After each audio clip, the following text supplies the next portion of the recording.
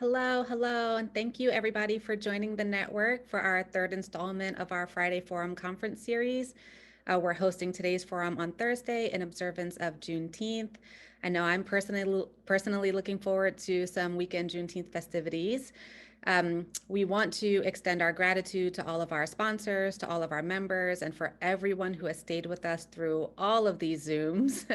I will say, just please be sure to join us for our final installment of our conference series next Friday at 10 a.m. and 1 p.m. for our panel on equity transformation and nonprofit leadership and reentry housing. The registration links will be in the chat for that. Also, please make sure to check out our exhibitor gallery. The link for that will also be in the chat. We are really excited today to host this forum, Level the Playing Field, How Do We Get to Wage Equity, with an all-star lineup of panelists, including Ambroisine Agbelor, who is a case manager at Urban Pathways, Nayala Amaru, who's the Director of Policy at the Human Services Council, Beverly Neufeld, who's the Executive Director and founder of PowHer, and Fred Schack, the CEO of Urban Pathways. I'll ask my panelists to join us on the screen now. Hi, everybody. Good afternoon. Hi. So, the network has been having this conversation on wage equity now in several different forums with our membership, with our coalition partners, and we really, with our government partners as well. And we've been advocating on behalf of our frontline staff for a while now. And we thought it is high time that we bring this conversation to our broader community. And we're really excited to have you all join us today. All of you are leaders and experts and advocates in your field and on this topic in particular. So I'm going to kick us off and allow each of you with your respective time to introduce yourselves and talk about what your work has been like in this area. And I'm going to start with Ambroisine. How are you doing today? Hi, I'm good. How are you? It's a pleasure being here. I'm doing okay. We are so glad to have you here. It's been a pleasure working with you over the course of the last several weeks as we organize this panel. Do you want to just give the audience a little bit of background, who you are, how long you've been in this field, what your experience has been like working in the human service sector and supportive housing specifically? Yeah, of course. So hi everyone. My name is Ambroisine. I'm a recent graduate in social work from Yeshiva University as of May. I've been on and off in the social service field. I've been in my current job as a case manager at Urban Pathways for a year now, doing, hands-on person-to-person work with individuals who used to be homeless and working in residential setting. And yeah, that's pretty much my experience there.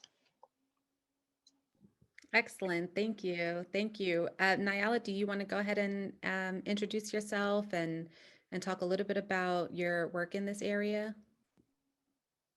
Absolutely. Hi, everyone. I am Nayala Amaru, and I am the inaugural policy director at the Human Services Council, which is a membership organization that represents nearly 200 human service providers across the city and across the state.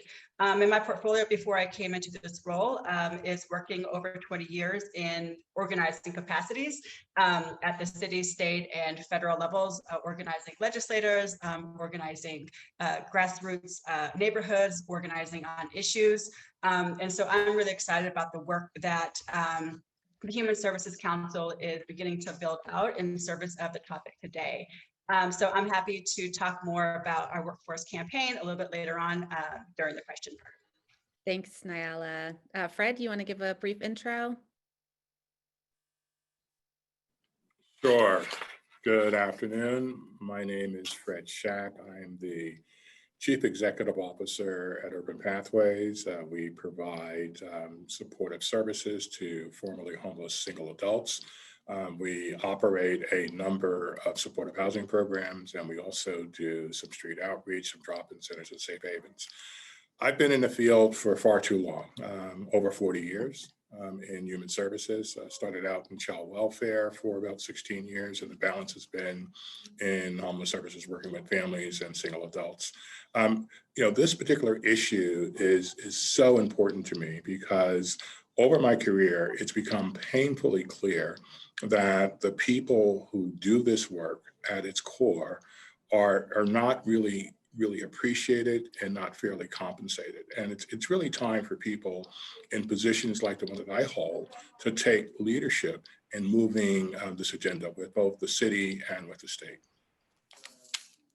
Thank you, Fred, for your extensive experience and work and your leadership on this issue and in the field. Beverly, would you like to give a brief intro? Sure. Hi, I'm Bev Neufeld. I'm founder and president of PowHer New York. We are a network of 100 organizations working on a multitude of issues, but we started out working on pay equity, on equal pay. So I'm really excited to join this conversation today and to share what we've been doing, get ideas, and hopefully come out with a lot of good work together. My background was in education, and then I got involved in politics a little bit with Congresswoman Nita Lowey, and it inspired me to look at the issues.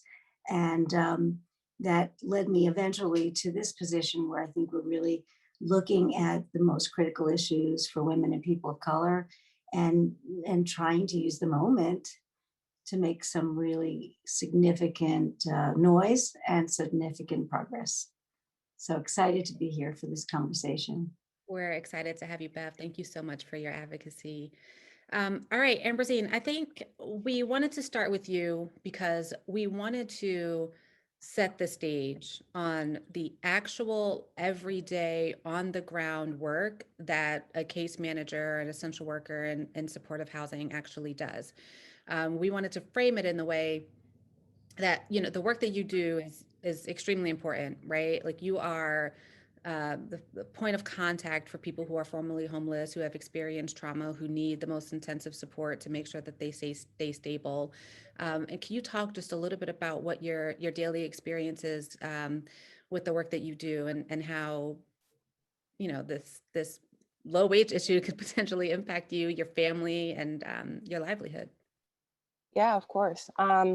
So I started working with the formerly homeless population actually right in the beginning of the pandemic. So it added on a whole other dynamic to my position, one that I was eager to tackle.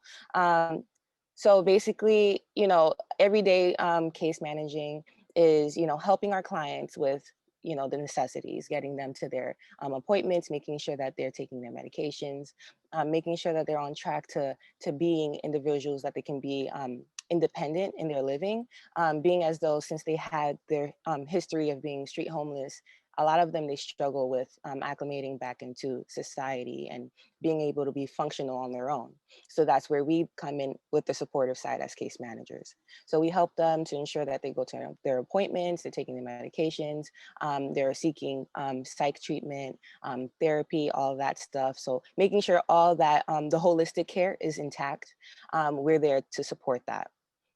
Where wage equity comes in is that unfortunately, case managers, there seems to be a high turnover rate, and that's obviously due to the low wages that we receive. A lot of times, especially within nonprofit sector, they offer lower wages compared to other sectors, which is what leads to people wanting to come in, get the experience, and then leave out to other sectors, which is unfortunate because dealing with the population that we deal with, often they deal with trauma, they deal with a lot of experiences that hurt their trust in a lot of relationships in their lives. So when there's a high turnover rate, they get connected, they build rapport with a case manager. It's already hard for them to open up. And then you say, okay, 6 months later, 3 months later, here's your new case manager.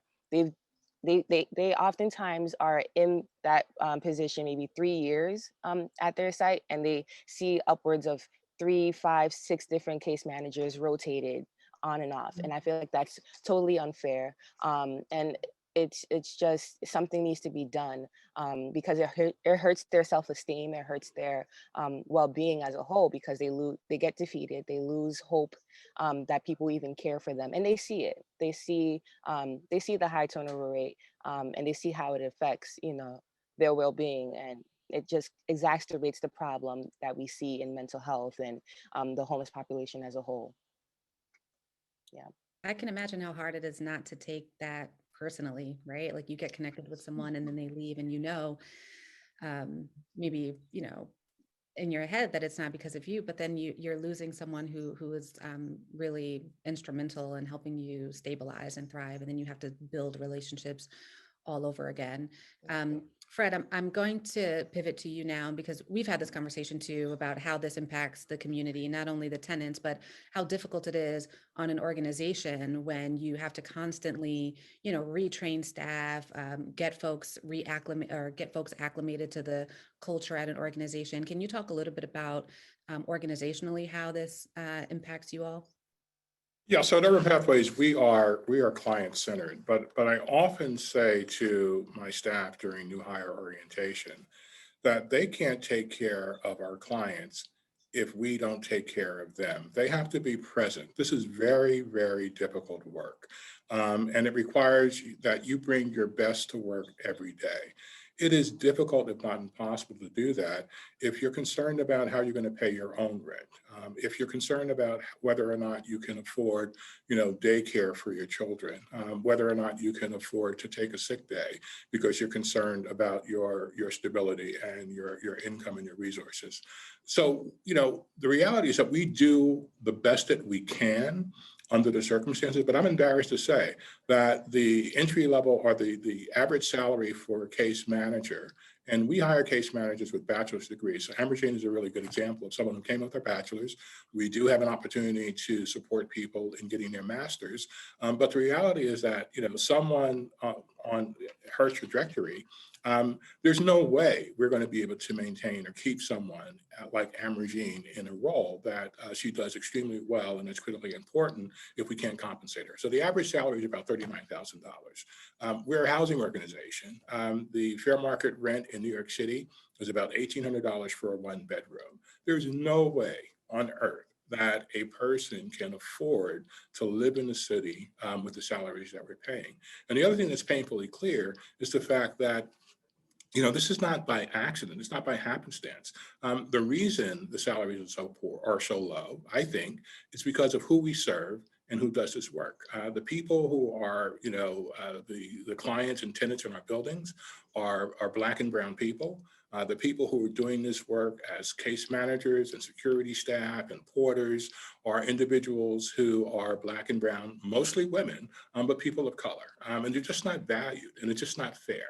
The reality is that, Amaru also talked about the impact that it has on clients. So if we're client-centered, we really want to do our best for them. There's no way that you can, it doesn't affect your recovery if you're constantly churning with those case managers, talking about the importance of the relationship, building that trust, helping people sort of make those steps towards their recovery, only to have 8 months later or 9 months later, a new person coming in and starting that process all over again. And I've actually had clients tell us how devastating that experience is, and we've got to do something about it.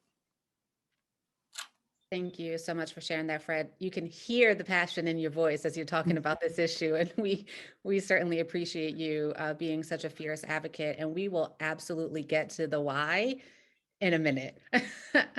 I wanna talk to Beverly just a little bit now, and then we'll go to Nayala. Can you talk a little bit about PowHer and sort of the history and why you're doing the work that you're doing and what you've done to sort of advance wage equity at the state level with your organization? Sure. So as I mentioned, PowHer is a network of over 100 organizations. And what's unique about it is that we're not all for one issue. We bring to the table reproductive rights advocates, childcare advocates, sexual harassment, folks who are working on that issue.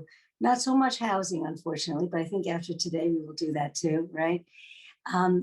But we really bring those siloed issues together at one table so that people can talk about their issues, learn from each other, gain trust, and then eventually work together to advance a shared agenda. So that's where we are now. But we started out as the Equal Pay Campaign of New York, Equal Pay Coalition of New York in 2007. And over time, what we realized is if you really want to affect equal pay, you have to have, people have to have childcare, right? They have to be safe in their homes and at work. They have to decide when and if they're going to have children. All of those things make up the basis of creating economic well-being, all those pieces. So that's why we shifted from equal pay only to this like more holistic approach. But as I said, we did start, actually in 2007 on the steps of City Hall, the first equal pay day ever in New York City. We were basically like 5 women in red, because that's the color of equal pay, because I always say, we're seeing red because women are in the red. And that's, how it's been since then. We've grown to this sort of very large group of people talking about equal pay. And over the years, we really have addressed the equal pay through passing some laws and changing policies. I have to say off from the front that what you're talking about is the hardest part of this work. Is really talking about the way we value people and how we pay them. And that's been the toughest fight that I've had in moving equal pay legislation or policy forward. So we have made progress. We passed some laws so that people could talk about their salaries without worrying about retaliation from employers. Really important. We've expanded the definition of equal pay to equal pay for equal work, which means you and I sit at the same, similar setting, do the same job, and we get the same amount of money. We expanded that in New York to equal pay for substantially similar work. So that means maybe I have a different title than you, which is very often what happens, the way we get to pay women and people of color less than the folks who've been in these jobs for a really long time. So I may, maybe work in a slightly different department or in a different corner of the business, but I'm doing the same job. So why am I getting the same pay? That's equal pay for substantially similar work. And it's not just for women, and it's for all protected categories. And that's a big expansion too. Like looking at this in a really holistic way, this is an intersectional issue. And we have to attack the real causes and the real roots and the real disparity, very, very directly. We've passed some other laws as well. We got New York State to ask contractors to report their equal pay data. So like this is tax money, right? And it's our money. And yet the contractors are not, being held accountable for if they're paying their people well. And it's not just pay, it's opportunity too. It's like, do you have the opportunity to move forward? And that we kind of tackled with the most well-known piece of legislation, which is the salary history ban. So now in New York State, an employer cannot and should not, and if they do, you should be reporting that. They cannot ask you your previous salary. Why? Because your previous salary doesn't have anything to do with your ability to do the job. Employers should set salaries, and they should pay everybody equal amounts, not depending on what they got paid before, because we know that, certain groups of people are always paid less, and that multiplies and multiplies over time. So that's, those are things that we have accomplished. And in New York City, we're also working with the CWA Local 1180. We've really supported their fight for pay equity. And working with them, we helped pass Local Law 18 in 2019. And that's really exciting because it's calling on New York City. I think this really relates to the work that particularly you're doing. It calls on New York City to reveal all the data around their employees in their employee workforce. So for the first time in 2020, they had to, give this whole gigantic data set. And it really showed that there's considerable disparity between men and women, between people of color and white people, between folks who are in all sorts of different jobs. So having that info is like so critical so that we can hold New York City and the state and other municipalities, really hold them responsible for our doing the right job within the city government through the public sector. So I think there's real possibility there for us to, to push and maybe deal with some of the things that you're talking about here. Not all of them, but some of them. So I hope that gives you kind of an idea of, sort of where we are now in New York State.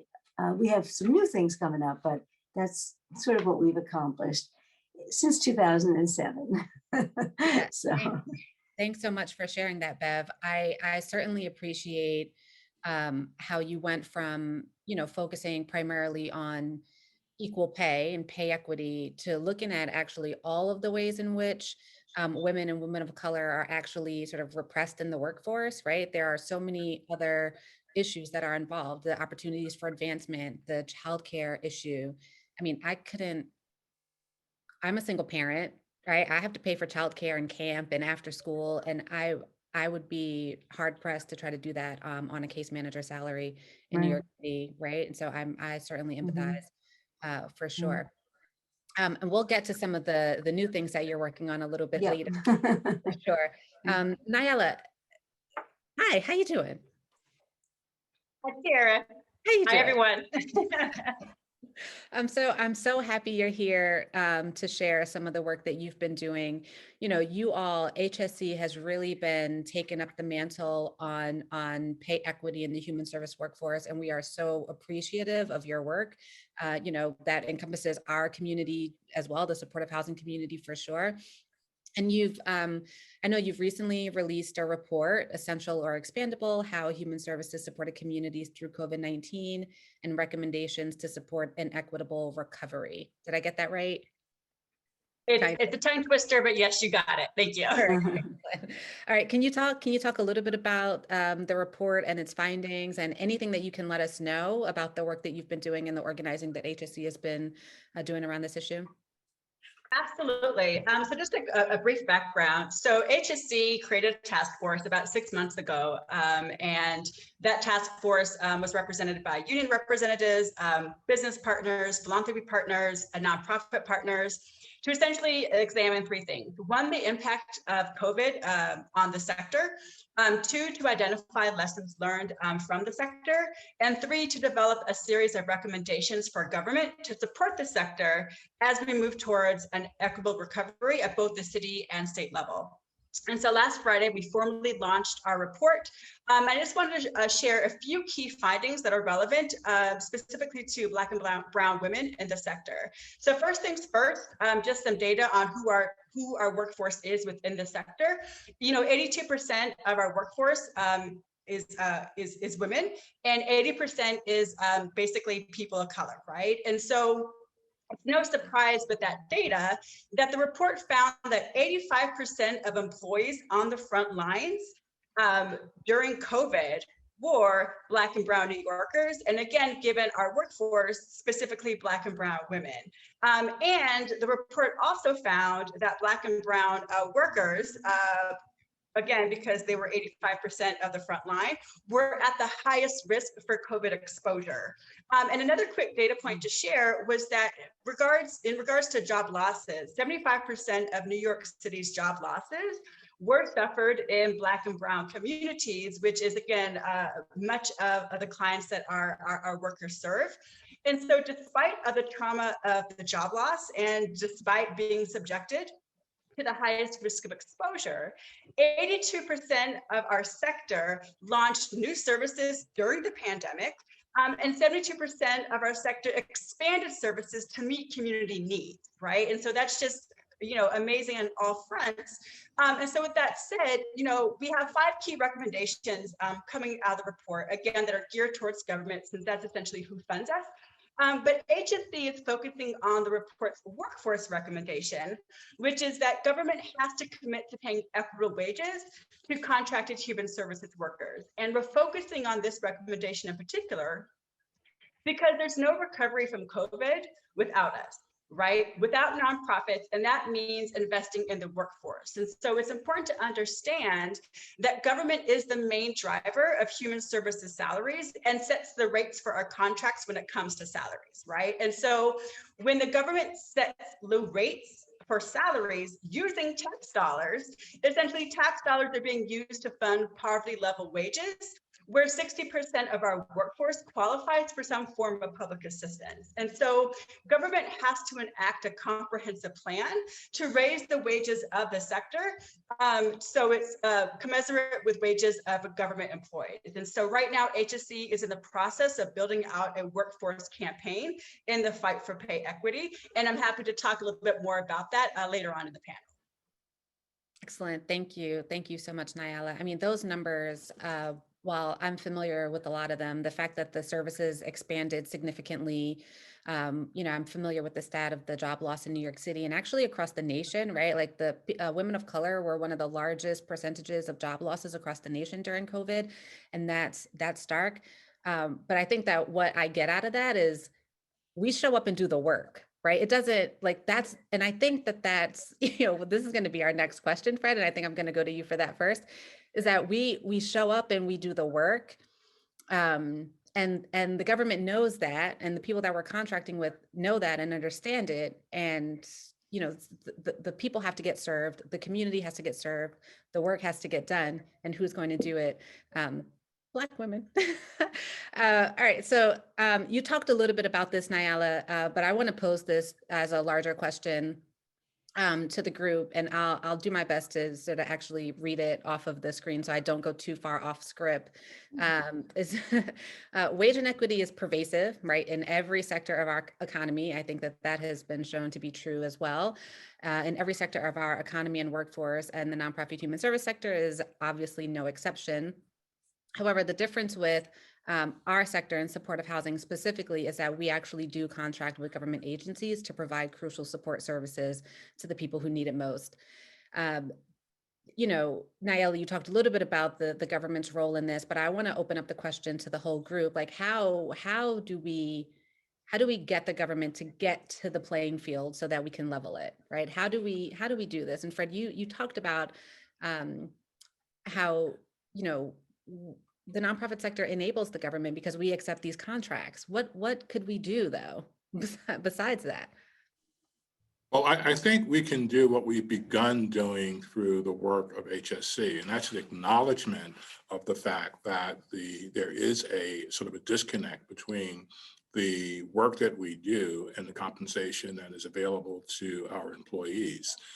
We've got to get better as CEOs, as leaders of organizations, to say no to contracts that don't work, that don't pay.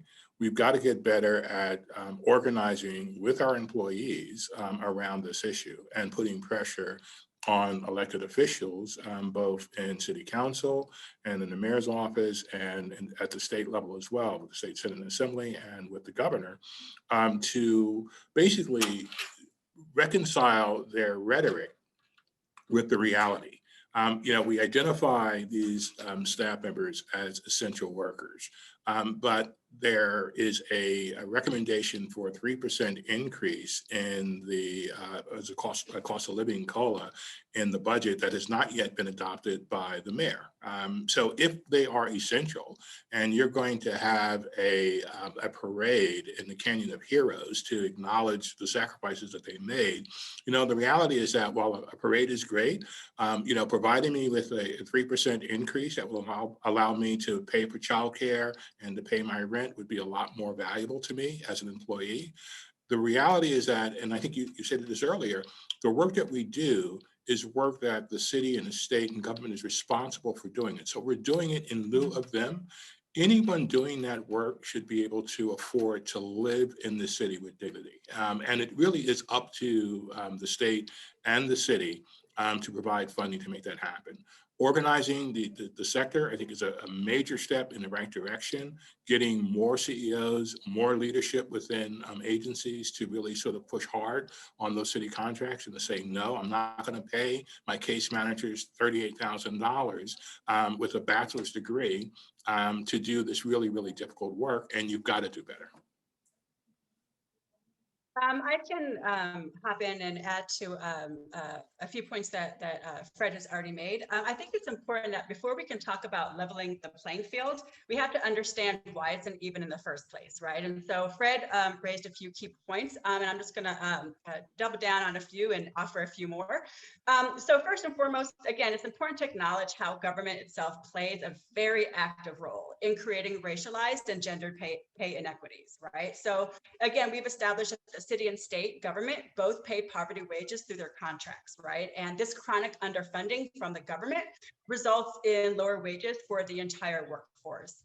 And just a little bit of data, you know, nonprofit human services workers generally make about 69% of what government employees make, and 82% of what they might make on the private sector for the same exact role. So for an example, if you're a counselor in the human services sector, you're making roughly $39,000 a year. If you do that same role in government, your salary jumps to $66,000 a year.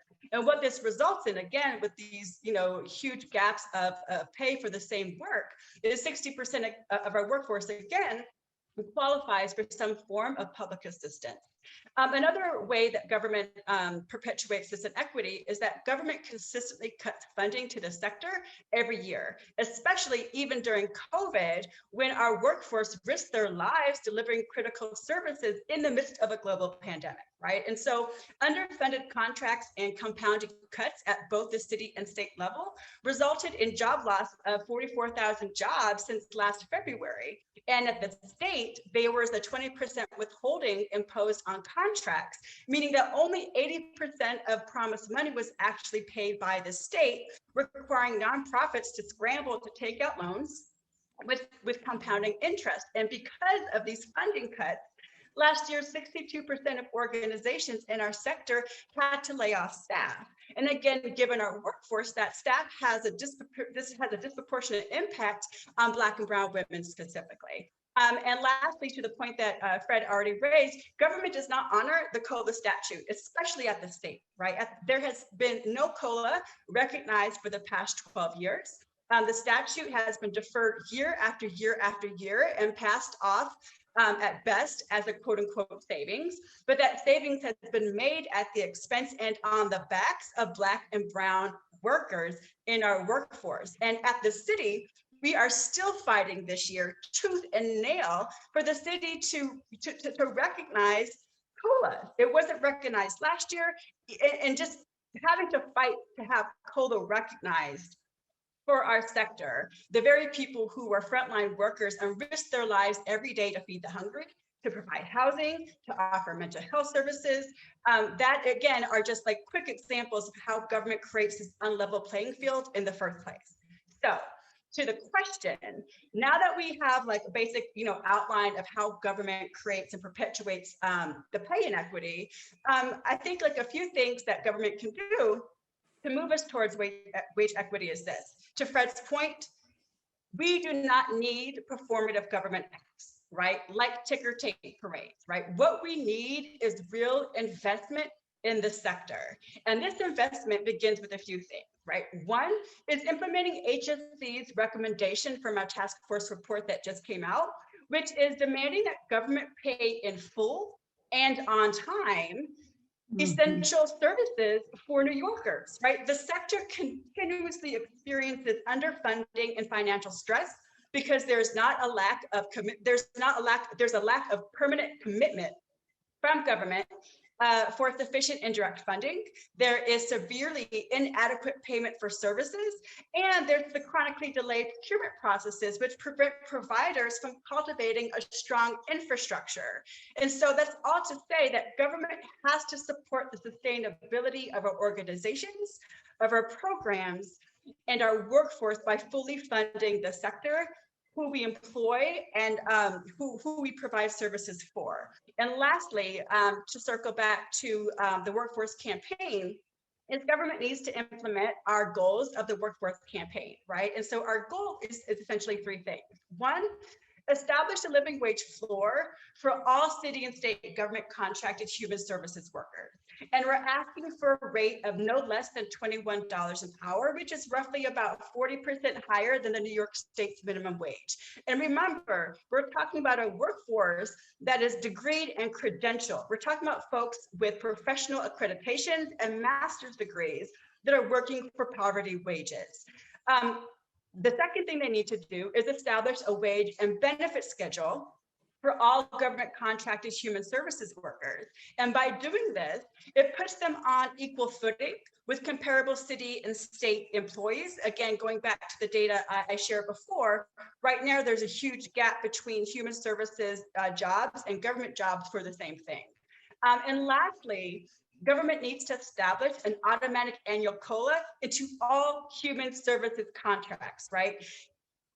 It's not as a substitute for comparable pay, but really to ensure that pay parity is maintained on a continuing basis for our workforce, and that we are not fighting tooth and nail at the city and the state for our workforce, for the labor and skills and expertise of Black and Brown women to be a fight every year to be recognized through the budget. Thank you, Nyala, for that really comprehensive list of recommendations. I want to write them down somewhere. She has them. Yes.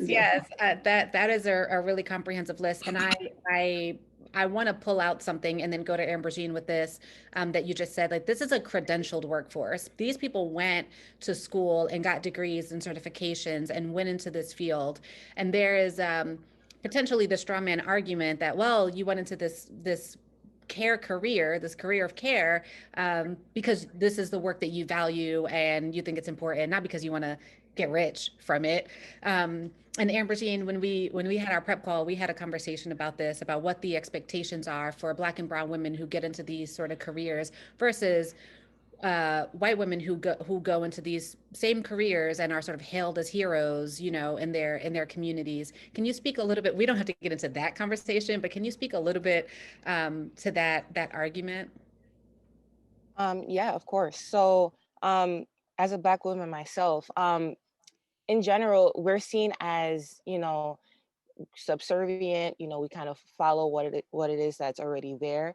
So we tend not to kind of speak out against specific things like negotiating our salary, negotiating certain things too. So that also perpetuates that same cyclical effect of not increasing our salary.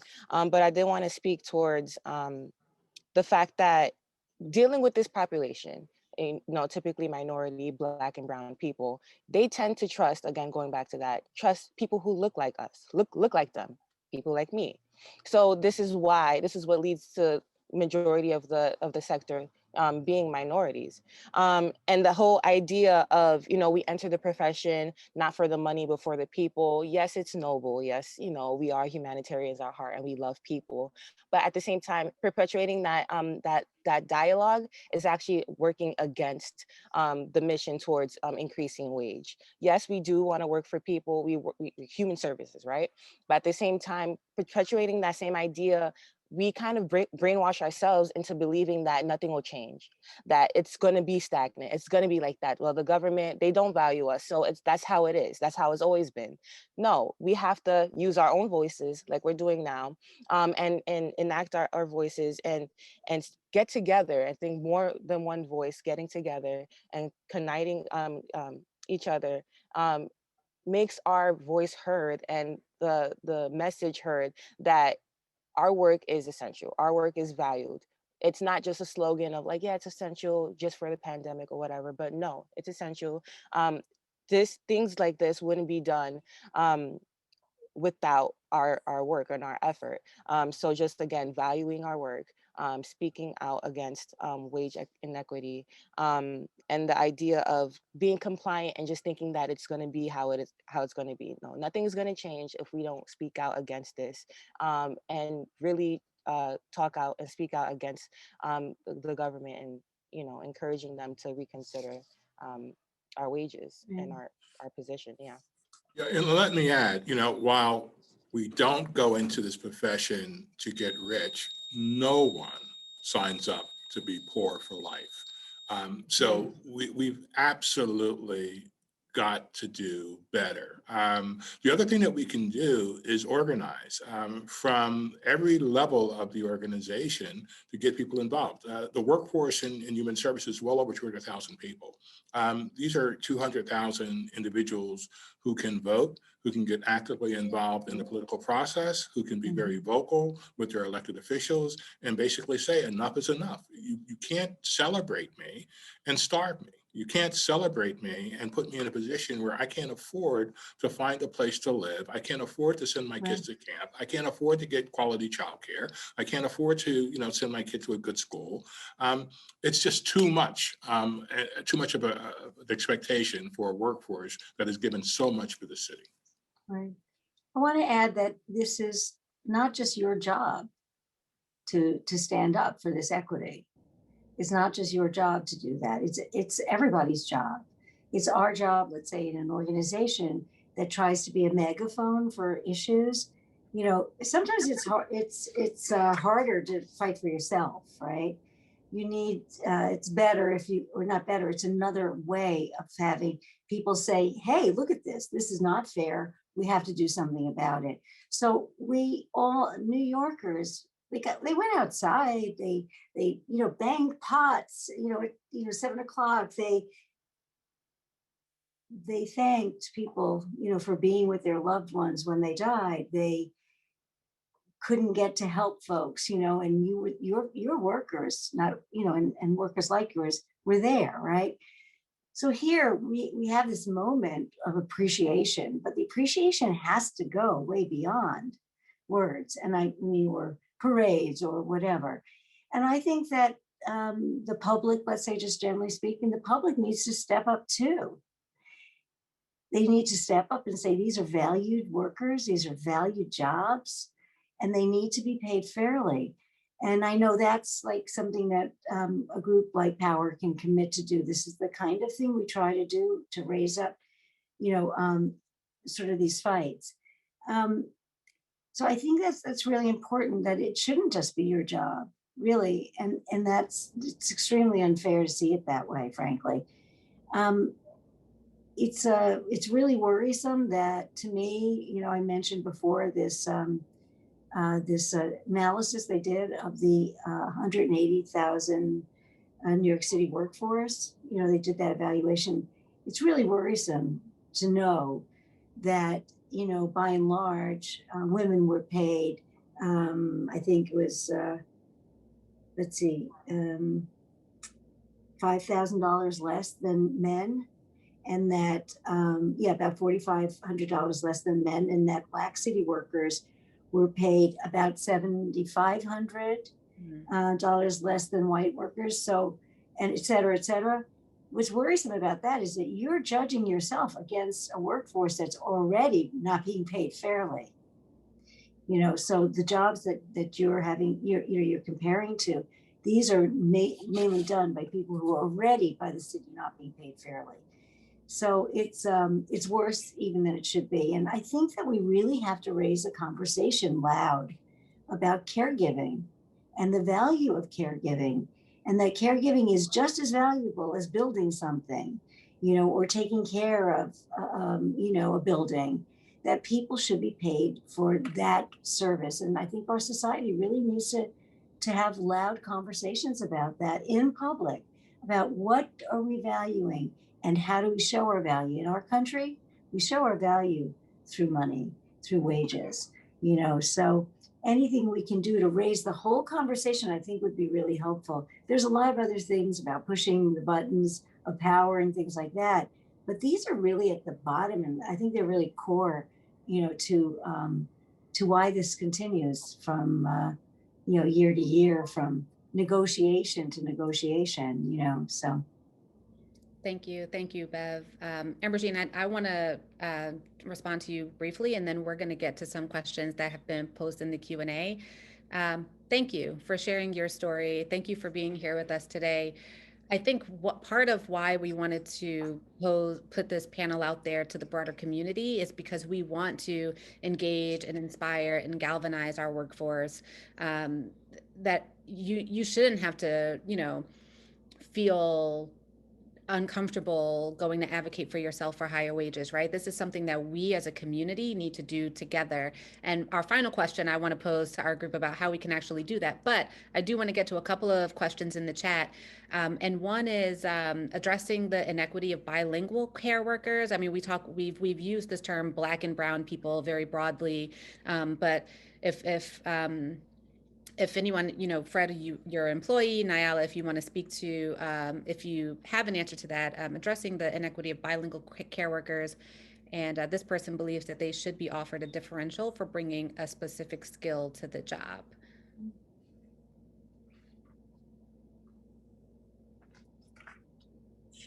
Yeah, let me say that while we don't currently pay a differential, I think it's broader than that. It's really about recognizing that individuals should be paid and compensated for the skills that they bring to the job. So whether it is a language skill or additional training or additional experience. So the other thing that we really struggle with is having very compressed salaries in terms of the ranges. So if I'm trying to, recruit someone who has 3 or 4 or 5 years experience, it becomes almost impossible because of the fact that the salaries have remained relatively stagnant over time, and I don't have the resources to be able to compensate them for it. I'm afraid that we're going to lose Amaru because she has a master's degree. And while our clients who have long clinical histories could benefit from someone who has that additional talent and skill.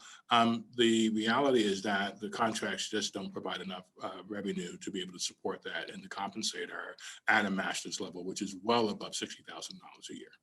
Yeah. Don't leave, Ambroisine. We need you. We need you here.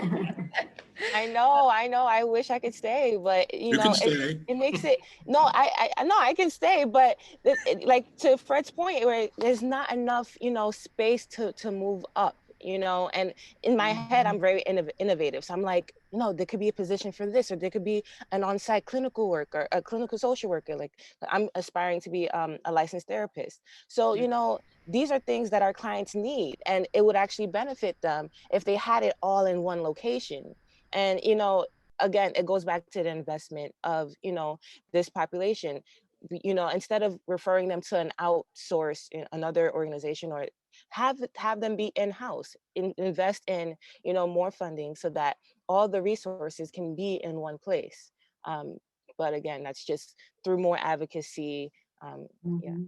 Yeah. I agree. So we have a question about COLA and the New York City budget. 2 weeks left before the executive budget is going to be released and finalized. What can we as a community do to advocate for the COLA in this final push for the city budget? Any thoughts about that, Nyala? Yeah, so we recently had a virtual COLA rally that had 1,200 folks come in and demand government recognize their skill and labor and to do what's right and pay the COLA. On June 24th, HSD is leading in partnership with UNH a tweet storm regarding the need for COLA, and I'm also working with the Progressive Caucus and the Women's Caucus at the City Council to publish an op-ed in support of the COLA, demanding the mayor to recognize that for this year. So again, we did have a virtual rally last week. Again, thank you to everyone who showed up. People is power, and collective people leads to collective power. So really excited for everyone who showed up. And there are ways to engage virtually through our tweet storms next Thursday on, again, advocating, amplifying the need for COLA to be recognized at the city level. Excellent. Thank you. We certainly have an exciting opportunity coming up on the 23rd, where we'll be, New York City's basically, picking a mayor, right? And I know you did some really great, mayoral forums and stuff. PowHer released a questionnaire on these kinds of issues. And I think we actually had a housing issue. So all of the candidates answered that, so I think we need to, we need to just keep pushing on that electoral piece of it, have our leaders say what they're going to do, say where they're at specifically, make commitments, hold them to those commitments, and really only elect people who are going to be advocates, for your particular issue. Everyone has their issue, but so I mean, as anyone on this webinar today, and that is listening, if you can't vote in that election because you're not registered by one party, someone can, and you can find out where they stand on this issue by going to your websites, and on the PowHer website, it's called a Mayor for NYC Women. So we can pick leaders who are going to do a better job, who are going to find ways to change the budget balance, right, and put money where money is needed. And we shouldn't minimize that power that we have, in the vote. So just as a real action you can have, you can do that. Thank you. Thank you. I would agree. The reality is that it's not too late. There's opportunity to flood the speaker's office and the mayor's office. So as well, yeah. Your aunts, your uncles, your cousin, your children, everyone should be calling, everyone should be writing, everyone should be raising their voices and basically saying that this is critically important. And do not believe for a minute that we don't have the money to do it. It is not about money. It's about decisions and choices that we make with how we use the resources that we have. And it's an investment. It's not just an investment in the family. It's an investment in the entire community, because what poor people do with their money is they spend it. They use it to purchase things locally, to reinvest back in the community. So it really is something that will give back to the recovery of New York City. I agree. All right. So it's not too late, folks. You hear there's 102 people on this call participating. Presumably, a lot of you folks are in New York City. And if you're not, we still have an opportunity at the state. As Nayala mentioned earlier, we have not had a COLA at the state level in forever. We got 1% this year. That's abysmal. We have an opportunity. There's a couple of more questions in the Q&A, and I would encourage folks to get those questions answered or to ask additional questions. Please visit us at our post-forum chat 2 to 2:15. So there'll be a link right in the chat that takes you to a different Zoom link, but join us there. We can have a more informal discussion. We can all be on camera. We could talk to each other. But I do want to pose this last question, not only about getting involved around the COLA advocacy, but around this issue, generally speaking. And I'm going to pass it to Nayala for this one. Like I mentioned earlier, what we're really trying to do with this panel is to inform and engage and galvanize our community so that we can organize our workforce and challenge and change their circumstances. And from your perspective, what can we as a community do better, and how do we get to where we need to go with leveling the paying field? That's right. Absolutely. Thank you so much for that question. So I'm going to answer that through 3 different lenses. One is, what can we do as a sector, right? What can the human services sector do to get there? First and foremost, I think it's important that we need to learn to see ourselves as change agents and hold ourselves accountable, right? To the point that Fred raised earlier in the conversation, we are not using our roles for transformational change that heals and builds our communities, right? And so he used potentially stop taking contracts that pay poverty wages as an example, right? So I think it's important to, again, note that the current system of procurement and funding, it's unfair, and it puts organizations in a terrible position, right?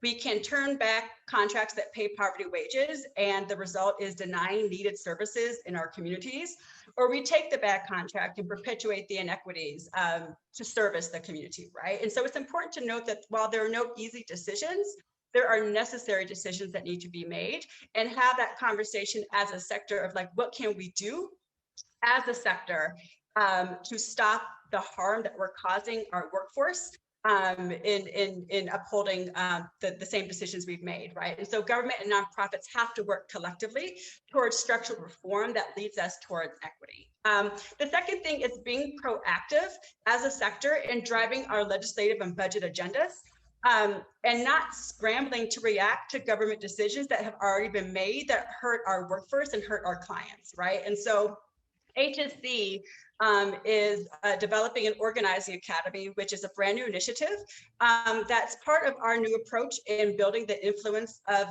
us as a sector and maximizes the impact of our advocacy campaigns, right? And so the Organizing Academy is open to staff, EDs, all staff, and it's essentially a series of workshops that's designed to develop and build the knowledge base of our members and to provide the key tools needed to really fully engage in HSC's organizing and power building efforts. And the last thing that I'll say is, HSC is building and leading a sector-wide workforce campaign, again, to actualize the task force report recommendation of what government can do, and that's commit to paying equitable wages. So we are leaning into that more proactive phase of what we need to do moving forward. But part of that brings me to my last point in terms of the sector is that we need to build our collective power, right? We need elected to recognize that the path towards recovery out of COVID and even past COVID is led by the human services sector, right? There is no recovery in the city. There is no recovery in the state without us, right? We are the economic engines. We are the neighborhood institutions. We are the social safety nets to millions of New Yorkers across the state. And we have to build our collective power and influence that reflects that truth, right? So through the government lens, very quickly, we need electeds who recognize the value of the sector and treat us as partners in policy and budget decisions. Fred, raised the point earlier is that a key challenge to this is that we're not respected, right? And we're not respected because of who we employ and who we serve. But without our input, our workforce and our clients are harmed by continuously poor budget decisions because we're not at the table. And lastly, individually, I hold all of my fellow panelists in extremely high regard, but the most important person in this conversation is you, the people in the audience. Right. And so I think that individually, we need to learn to think about power differently and recognize that we all have it. Power is not limited to the formal government decision makers that we spend so much time and capacity and resources to try and change their decisions, right? Government is rooted in the power of the people. And until it represents the interest of all of us, we have to be engaged. We have to organize, and we have to hold government accountable. And so speaking of accountability, HSC is organizing. We are building power collectively as a sector through our workforce campaigns, and we need you, right? So again, as I shared, we're launching a new initiative called the Organizing Academy.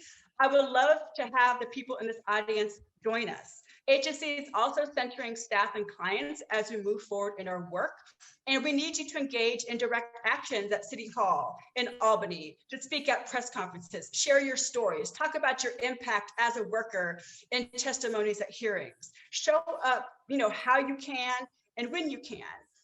And so lastly, I will just say, I look forward to working in partnership with all of you.